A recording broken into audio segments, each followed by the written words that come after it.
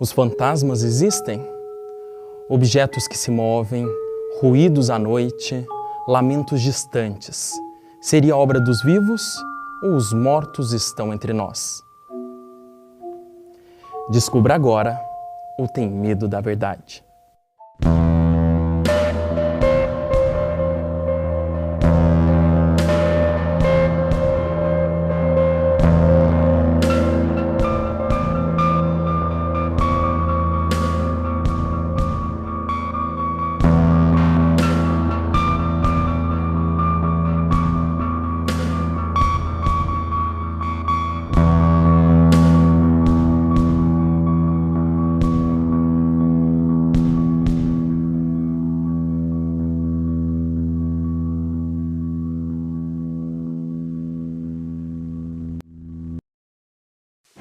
Assombrações são espíritos que não se desligaram de pessoas, coisas ou lugares. De acordo com o Espiritismo, eles podem se manifestar em qualquer lugar. A manifestação de espíritos começou a ser conhecida em meados de 1848, com o caso das irmãs Fox. Elas fizeram sucesso nos Estados Unidos como médiums que diziam se comunicar com espíritos através de batidas. Um caixeiro viajante que fora morto na casa entrou em contato com as irmãs e revelou que seu corpo estava enterrado lá. Casos como o das irmãs chamou a atenção de estudiosos, como Allan Kardec, gerando assim o início da codificação da doutrina espírita. Assunto polêmico, levanta muita discussão. Olá, como podemos ver, são inúmeros os relatos de casas mal assombradas pelo mundo. Poderiam os espíritos habitar um local e atormentar os vivos? Para responder a essa questão, eu recebo nos estúdios da TV Mundo Maior Norberto Gavioli, que é tecnólogo e pesquisador espírita, e Márcia Cobeiro, que é parapsicóloga e diretora do Instituto Padre Quevedo de Parapsicologia. Norberto, você pode me responder? Seriam os espíritos capazes de habitar um local? Sim, haja vista que há inúmeros relatos desse fato. Márcia, apenas os relatos seriam suficientes? Não, o que vale em ciência não é o testemunho, é comprovar os fatos. Então, quem assombra a casa são os vivos que estão próximo dela ou dentro dela. Norberto. A Márcia fala na comprovação. Então, a comprovação efetivamente existe, porque o fato existe.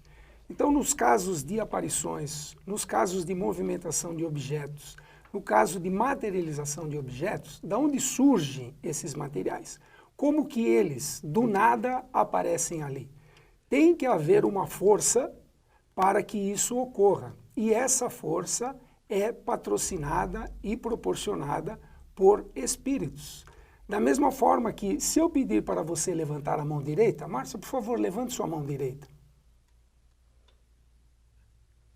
Eu só levanto se eu quiser. Eu ainda desafiaria a qualquer espírito que levantasse minha mão contra a minha vontade. Porque a sua força de vontade é maior do que a minha. Então, no caso dos fenômenos espíritas ou espirituais, vamos assim dizer, que nós chamamos as materializações, os espíritos se utilizam da matéria-prima disponível naquele local, principalmente das pessoas que convivem naquele local, para promover a aglutinação da matéria através da formação de campos eletromagnéticos promovidos pela ação do pensamento e materializam o que eles quiserem. Da mesma forma que um engenheiro pega um troço, eu vou chamar de troço, um troço preto que sai do fundo da terra, dá uma esquentadinha, uma destiladinha e produz combustível, plástico, roupinha. É tudo uma questão de manipulação do estado da matéria. Introduziu energia na matéria, ela modifica o seu estado. E os espíritos encarnados e desencarnados são responsabilizados e responsáveis pela movimentação da matéria. Márcia, como que a parapsicologia explicaria essa movimentação? Bom, antes, né, de falar da parapsicologia, deixa eu só fazer uma observaçãozinha assim sutil. Espíritos são desencarnados, a alma é quando está encarnada. Então, de uma certa forma, implicitamente está sendo dito que quando o espírito encarna, ele se transforma quase num retardado mental que não é capaz de fazer mais nada, a alma. E daí é só o espírito desencarnado que faz, que age, que revela, que pensa, que isso e que aquilo. E a ciência simplifica bem mais as coisas. Espírito por espírito dá na mesma, se está encarnado ou se está desencarnado. Então, para que atribuir aos espíritos dos mortos qualquer coisa que aconteça no ambiente, se tem o espírito do vivo ali, se tem um espírito encarnado ali? Agora, existe no nosso corpo energias diversas, energias plásticas, motoras, caloríficas, térmicas. Nós temos energias diversas. A energia é uma só, ela pode exteriorizar-se. E ao exteriorizar-se, ela provoca efeitos diversos. Então, a energia do meu corpo, ao exteriorizar-se, ela pode produzir efeitos sonoros, térmicos, caloríficos, sonoros, e vai por aí afora. Então, a gente percebe que a doutrina espírita não nega a ciência parapsicológica. Tudo o que o parapsicólogo diz que existe enquanto fenômeno, o espiritismo vem e diz que esses fenômenos também existem. Então, numa casa assombrada, o que nós temos que ver é que se quem provoca os fenômenos, concretamente neste caso, é um encarnado ou é um desencarnado. E sempre, claro, que a conclusão dos pesquisadores espíritas vai ser sempre desencarnados. E a conclusão do cientista vai ser sempre são os seres humanos vivos, porque ele tem que estar presente para que os fenômenos aconteçam. Norberto? Sim, não nos esqueçamos que o espiritismo, ele se assenta num tripé, que é ciência, filosofia e religião. Tudo começa com a filosofia. A filosofia é o que nós achamos do que acontece no mundo. O filósofo, ele dá sua própria interpretação para os fenômenos naturais, quaisquer que sejam. O cientista é um filósofo mais detalhista. Ele vai e quer a repetitividade do fenômeno. Então, ele busca, pesquisa e comprova. O religioso, ele é mais dogmático. Ele presencia o fenômeno, não sabe explicar de onde vem e diz que é obra da divindade. Tudo está interligado. Não cai uma folha sem que haja permissão de Deus. Então, tudo que ocorre no universo de Deus é consequência de ação de forças. Mas não tem uma contradição aí agora, Norberto? Pois não. No aspecto que você está falando da religiosidade, a doutrina espírita não nega Deus. Sem dúvida e que não se atreveria nunca a negar. Em absoluto. Mas só que Deus, a doutrina, inteligência suprema, causa primária de todas as coisas. Então, mas a doutrina espírita não foi revelada por Deus, é revelada pelos espíritos dos mortos. Isso, da mesma forma que a Bíblia foi revelada por quem? Por Deus. Deus escreve. O culto espírita vamos voltar aos conceitos. Dos mortos. Vamos voltar aos conceitos. A gente pode chegar a um consenso, tema, né? No próximo bloco? Sem dúvida. Claro, e ficar no tema, né? A gente já volta.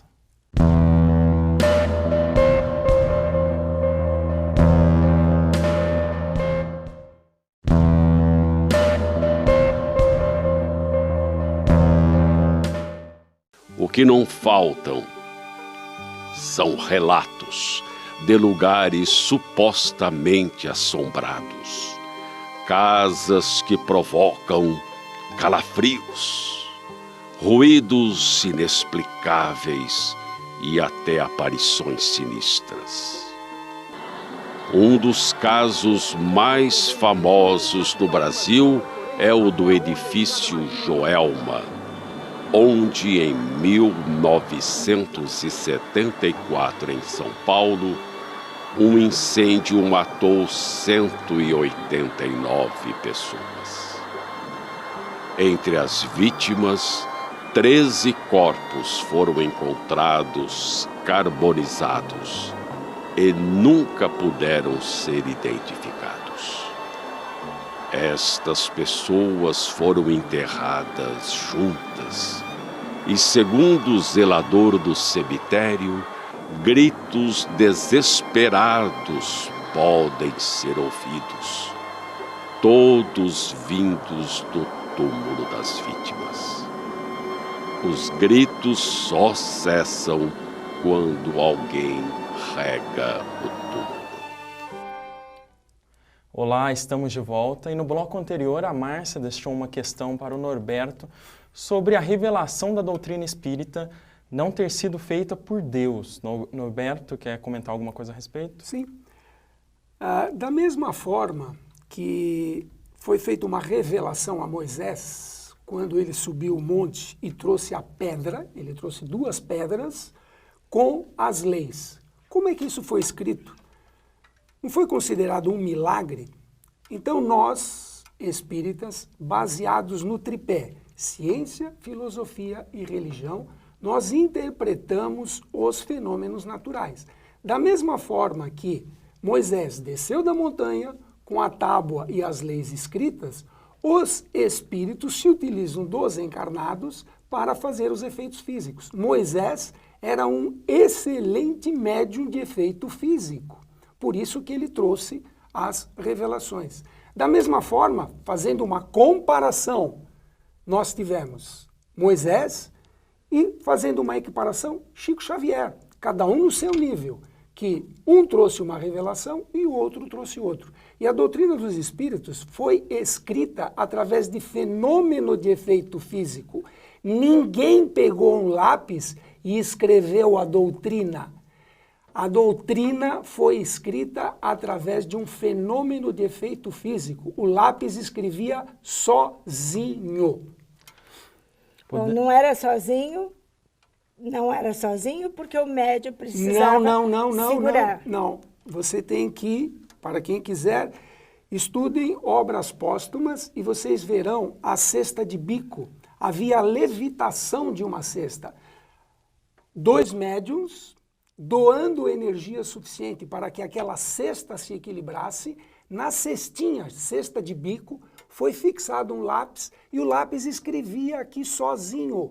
Kardec formulava a pergunta e o lápis, magicamente, milagrosamente, ficava equilibrado e escrevendo as letrinhas. Assim que foi feita a codificação, a doutrina, primeira edição do Livro dos Espíritos. Norberto e esses fenômenos ocorrem nas casas mal assombradas. Muito obrigado pelo gancho, que era exatamente o que eu queria fazer, retomar Sim, o foco. As casas mal assombradas. Márcia, como explicar mortes trágicas e crimes violentos que se repetem em certas casas ditas mal assombradas? O ser humano ele é influenciável pelo meio onde ele vive e também pelas crenças que ele tem. Uma pessoa que tem essa postura assim, uma pessoa que já morreu não pode me fazer nenhum mal. Ela passeia tranquila pelo cemitério sozinha e sai de lá descrevendo que tem uma paz imensa. Um outro que tem medo desse ambiente, quando entra lá, ouve vozes, escuta ruídos, passa mal, tem sudorese e sai de lá morrendo de medo. Então, o fato de a pessoa saber mesmo pela imprensa, porque o fato é público, ou ter captado por suas faculdades parapsicológicas, telepáticas ou hiperestésicas, que ali naquele local aconteceu alguma coisa ruim, pode levar pessoas mais sensíveis, mais sugestionáveis a repetirem aquilo. Mas os mortos não se comunicam conosco. Repito, para que exista uma casa assombrada, nem preciso usar a palavra mal assombrada, porque sempre que fala em casa assombrada, todo mundo só pensa em mal assombrada. Para que exista uma casa assombrada, eu tenho que ter vivos ali dentro. Se eu deixo câmeras, filmadoras automáticas, gravadores, que comecem a gravar sozinhas ao menor ruído, à menor luminosidade, ao menor movimento, vai ver que não existe nenhum fenômeno de efeito físico se não houver um vivo a menos de 50 metros de distância.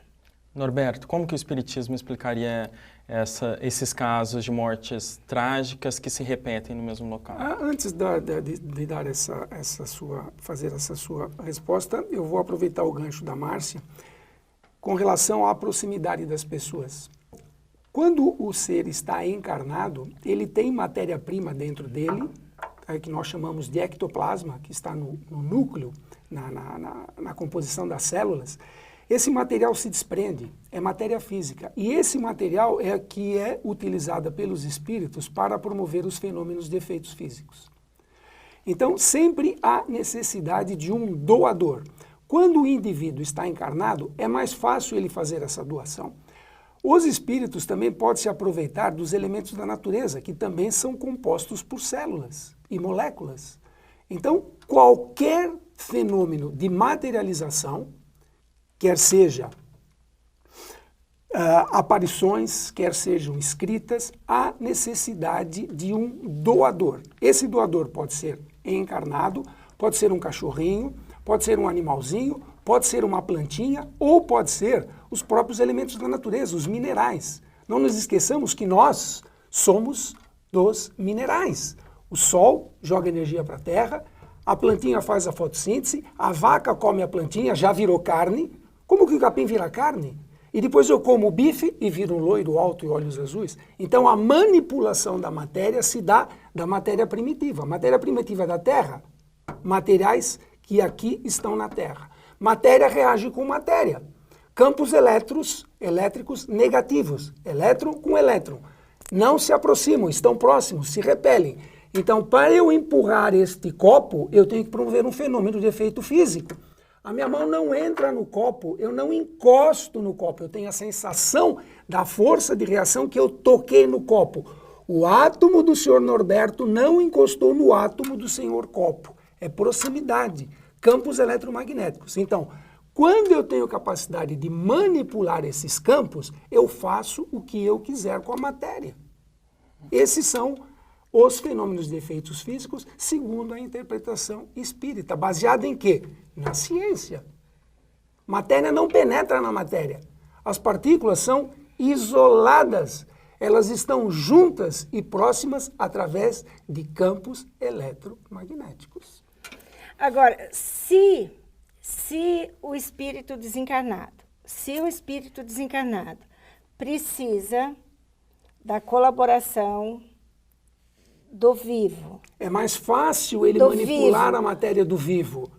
É mais fácil, então, não que seja impossível. Mas veja bem, as dificuldades. Se ele precisa da matéria do vivo para agir, sim, então como que ele age no vivo? Então não tem como a gente provar do ponto de vista da ciência se nesse ambiente onde eu estou, esse copo aqui se movimentar sozinho, se nós temos 1, 2, 3, 4, 5, 6, 7 pessoas aqui dentro do estúdio, para eu dizer que quem movimentou esse copo é alguém que está desencarnado e que está fora daqui, eu teria que tirar 7 pessoas do estúdio e ninguém estar próximo a menos de 50 metros de distância. Você Isso já brincou com do ponto de vista da ciência.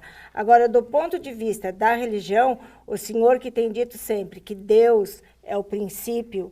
Inteligência suprema, causa primária de todas as coisas. Causa primária de todas, não seria nem sequer compreensível que permitisse um tipo de fenomenologia que causasse tanto sofrimento, que levasse pessoas à loucura, a desequilíbrio, a doença, a suicídio, e em vão. Mas não é em vão. Em vão, Só um minuto. porque não revela nada. Vou deixar essa questão para o próximo bloco também. Por que Deus permitiria que casos como esse acontecessem? A gente já volta.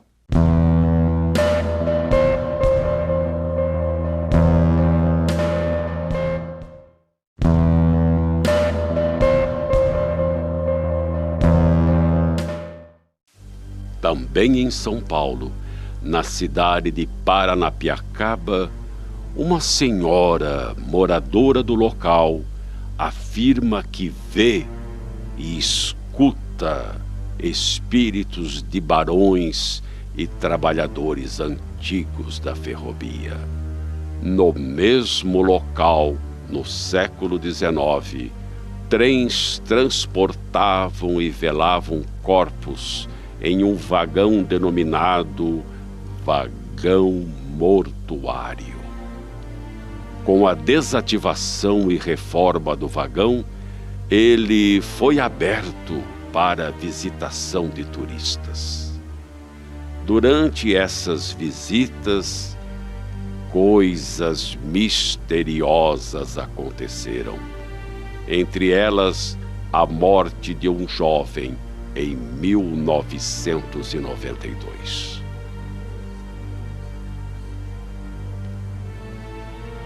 Recentemente, nossa equipe visitou Paranapiacaba e os trens desativados e coisas estranhas aconteceram.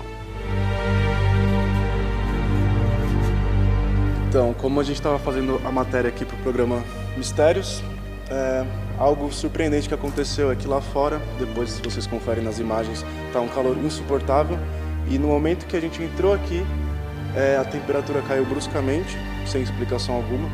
O estranho é que, olha, você aqui fora tá quente, você pisa dentro do galpão, fica frio. Olha, dá para sentir na pele, assim, cara, a diferença de atmosfera.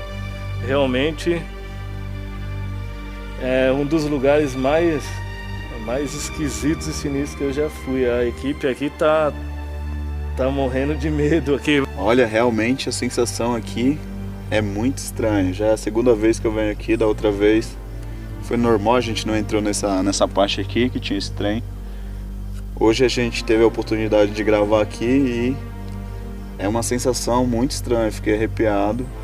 Ainda mais sabendo que o trem transportava bastante gente morta, né? Então, o mais engraçado de tudo isso é que quando você adentra esse local aqui, a respiração muda completamente. Eu não sei se a lente vai captar, mas dá para você ver a respiração saindo. E lá fora tá um calor insuportável, não vem nenhuma explicação na minha cabeça possível. Como que é possível mudar de temperatura tão brusco assim?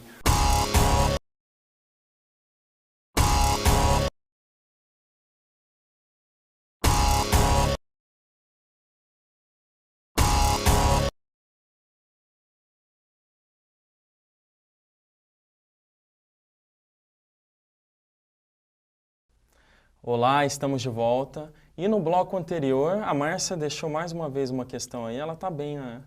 Como jornalista, como uma questionadora. Norberto, por que Deus permitiria que acontecessem essas manifestações, então, nessas casas?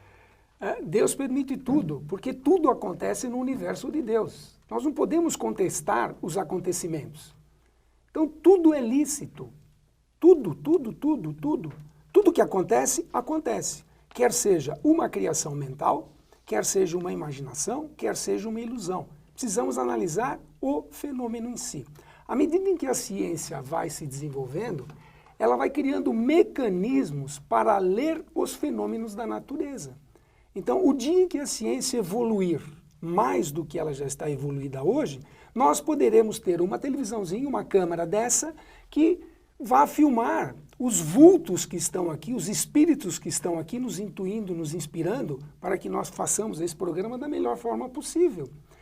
Da mesma forma que uma câmera enxerga à noite, era inconcebível anos atrás. Hoje nós temos as câmeras infravermelho que leem à noite, sem luz. Por quê? Porque leem outro tipo de frequência. Então, Os espíritos desencarnados, com o seu perispírito, falamos uma palavrinha nova para os leigos, perispírito é a vestimenta que o espírito usa para se identificar no mundo espiritual. A vestimenta que nós usamos aqui agora é o nosso corpo físico. Quando nós desencarnarmos, continuaremos com o nosso perispírito. O Norberto vai ficar aparecendo desse jeito. Eu não vou aparecer como mulher, apesar de já ter sido mulher em outras encarnações. Vocês vão me reconhecer desta forma. Então, a manipulação da matéria feita pelos espíritos pode ser lida à medida em que a ciência construa novos equipamentos, novos leitores, novos decodificadores. E o espírito é o melhor decodificador de tudo que existe na natureza, porque ele é uma das forças da natureza. Ele tem dentro de si mecanismos. Todos somos médiuns, uns mais ostensivos, outros menos ostensivos. Lhe convenceu, Márcia? Não tem como provar cientificamente que uma pessoa, por exemplo, que foi assassinada num apartamento X da Avenida Paulista, que o espírito dela tenha ficado ali aprisionado. Não tem como provar. E até pela lógica, não vou falar nem pela parapsicologia, quem deveria ficar aprisionado é quem matou, e não quem morreu. E daí começa a se justificar que mas que em outra vida, então agora está sendo um instrumento do karma, aí vai ficando cada vez mais complicado. Corpo e alma é uma unidade. O ser humano é uma unidade. Corpo, alma, espírito, matéria. Nasce o homem, cresce o homem, morre o homem e ressuscita o homem. Nós viemos de Deus e vamos voltar para Deus. E vamos receber nossos prêmios e nossos castigos segundo os nossos méritos. Nós não vamos nos salvar sozinhos, através de sucessivas vidas. E é até injusto, eu fico apavorada, desculpa, Felipe, de eu falar assim um pouco meio emotiva, mas eu fico um pouco até apavorada de pensar assim, que se não bastasse uma desgraça na minha família, por exemplo, se eu sou a Glória Pérez, e minha filha foi assassinada daquela maneira brutal pela Paula Tomás e pelo Guilherme de Pádua. Se eu não ficar na redenção, no perdão, e não acreditar nem na justiça divina, nem na justiça dos homens, ainda ter que conviver que o espírito da minha filha pode ficar ali aprisionada, continuando sofrendo ainda aqui neste mundo, me soa assim, terrível. Norberto. O homem morre, vai diante de Deus para ser julgado e vai receber seus prêmios, os seus castigos, segundo os seus méritos. Isso é na casa do meu pai, tem muitas moradas. Nós viemos de Deus e todos vamos voltar para Ele. Norberto, por que um espírito ficaria preso numa casa mal assombrada? Primeiro, a casa não é mal assombrada. Nós ficamos onde nós estamos acostumados a ficar. Se nós usarmos um pouquinho da lógica, o que acontece com o indivíduo depois que ele morre? Onde é o departamento de guarda, ou melhor, onde é o departamento para guardar as almas desencarnadas que vão ficar engavetadas até o dia do juízo final? Quando será o dia do juízo final? Como que isso ocorre? É lógico, um indivíduo que cometeu crimes, cometeu atrocidades, numa única encarnação, ser definido como um indivíduo mau e não ter a chance de melhorar? Deus é bom, é justo e Ele nos dá a chance. Então, voltando atrás, o processo reencarnatório nos dá essa oportunidade. Se bem que o nosso tema hoje é a casa mal assombrada. Então, por que o indivíduo fica na casa onde ele está acostumado a ficar? Porque ele está acostumado a ficar. Ali é o habitat dele. O indivíduo que morre, poucos têm a noção da morte, porque a morte é exatamente igual um sono. Nós morremos, entre parênteses, todas as noites. Nós deitamos, sonhamos. Quando nós sonhamos, nós nos relacionamos com o mundo espiritual, fazemos aquilo que temos vontade, vamos aos locais onde gostamos de ir. E quando eu acordo, eu renasço para um novo dia. Então, Ai, esse Roberto, renascimento sem nem para o... aprofundar. Sem nem aprofundar. Sem nem só aprofundar. deixar Enquanto acabar. eu estou dormindo, Isso, tem atividade cerebral. sem dúvida. E quando eu morro, não tem Não tem atividade cerebral. Então não dá nem para comparar Uma morte coisa, com sono. a atividade cerebral é para eu exteriorizar a ação do meu pensamento. Norberto, Se eu nesse não tiver momento... cordas vocais, eu não falo. Se eu não tiver braço, eu não consigo Então, fazer como que gesto. os espíritos dos mortos revelaram a doutrina? Via pensamento. Só uma pequena interrupção. A partir desse momento, você está nas considerações finais. Pois não, já no finalzinho. Os espíritos continuam com a sua atividade mental. Se o indivíduo, ao morrer, mantém aquilo que ele fazia, ele vai voltar aos seus locais anteriores. Ele não sai dali, ele não tem consciência da sua morte, ele precisa ser esclarecido. Como se esclarece? Através da ajuda de espíritos benevolentes, antepassados simpáticos, espíritos simpáticos. Falamos da família espiritual lá atrás. A família espiritual nos resgata da mesma forma que quando nós nascemos, nós somos recepcionados na maternidade. Quando nós morremos, desencarnamos, que é o termo que nós consideramos o mais lógico, o mais correto, nós somos recepcionados pelos amigos espirituais.